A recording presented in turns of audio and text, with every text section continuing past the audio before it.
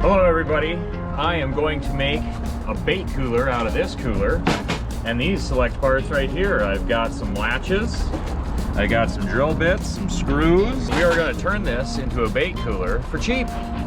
All in all, it's going to cost me less than 20 bucks because there's a company that makes great bait coolers, but they're getting to be ridiculously expensive. I want to say they're like 80 and 100 bucks now. I paid 70 for mine.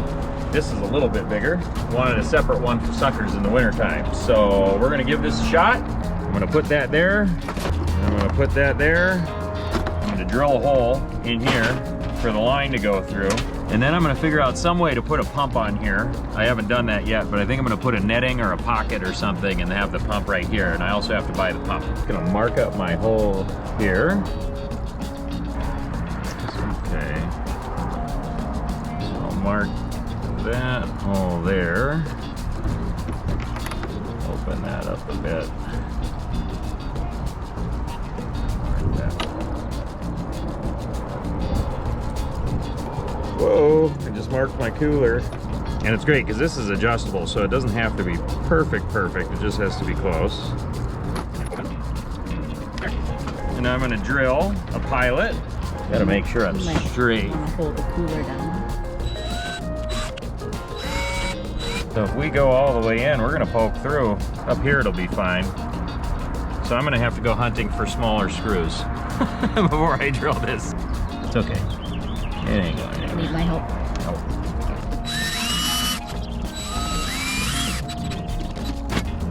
We got one part done.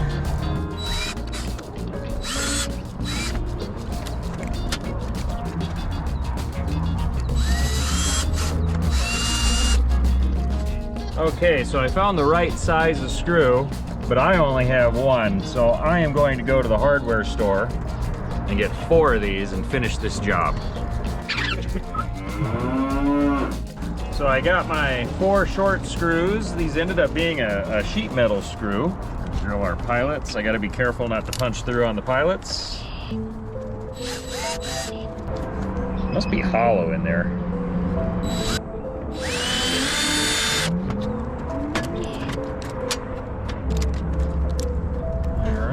So in theory, oh, we gotta close it. There we go. Cheat the puzzle.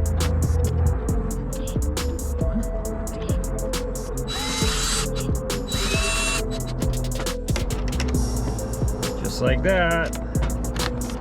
Can they tighten this up a little bit? Bam. Locks. All right, we got one done. All right, so it locks, and now we're just gonna make a hole for our hosiery. Looks like it'll fit. And so I think we're just gonna go, I'm trying to think here. So let's think about this. Might need to put it back here and loop through like that, now that I'm thinking about it, because if we put it here, then it's gonna be lifting the bubbler way up and out.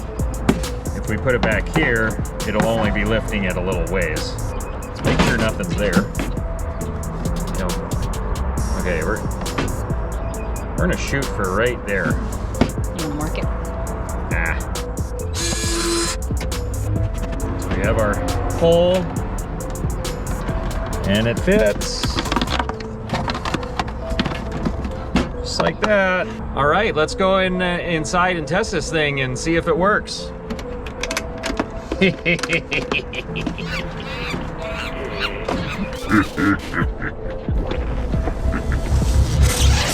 GoPro, stop capture.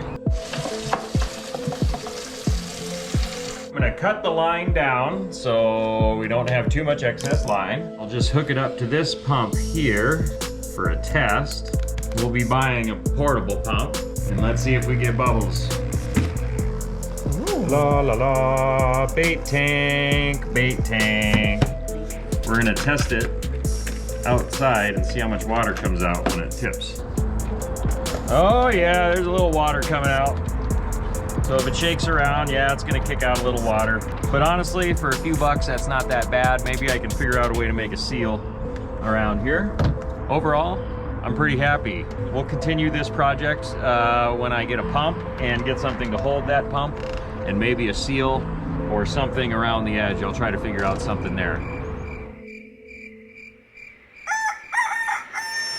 All right, we're on day 2 of the experiment. I got some weather stripping, and I am going to experiment on how to get this on here and see if we can get a seal. Had to stuff the holes with this. It's not super professional or anything. This looks like it might work. Let's give it another tip test. Getting a little late. See the front. The front's not near as bad. I got that pretty well. I'm struggling with the back here. I'm gonna crack this nut. I've come to a conclusion that we're not gonna get a perfect seal on this because this hinge isn't strong enough to hold a seal. I did some playing around. We must mitigate the splash. Half piece of weather stripping right here, just past these little nubs. And then I have, this is duct tape, and these are just duct tape flaps that I made. They're not perfect, but basically it's just a flap hanging on there. This is really good duct tape. I've used this to tape up a lot of things outside that's lasted years. It's not gonna be perfect. This is homemade janky stuff. But this is our problem, is these hinges. They're just not strong. I've got it just at the sweet spot where this doesn't rise up off and knock the whole thing out of whack. So, like I said, it's more of a splash guard. I tell you what, that's a heck of a lot better than what it was. Go through the back, this is where it really leaks. I mean, it holds it back quite a bit compared to when I first did it. That was the goal. Splash mitigation complete.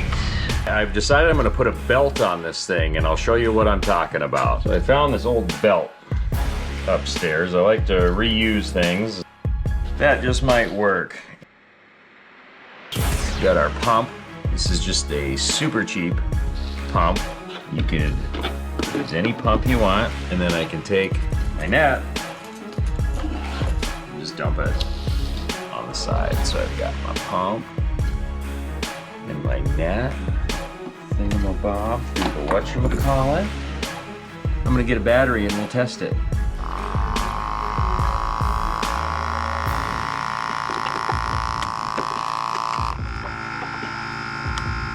Obviously you can get quieter pumps, you can get buckets that don't leak, but for about 20-ish bucks, I think it'll make a pretty decent little bait bucket for a backup for when I have a lot of bait. Let's go give this a test out on the water, huh? Well, I'm out here testing my cooler in the field. Got 2 lines out.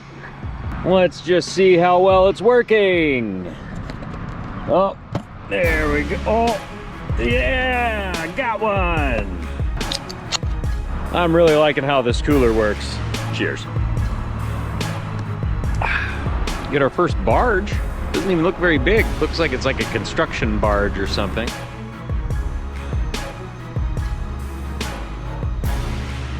Thank you so much for watching. If you like this video, you know what to do.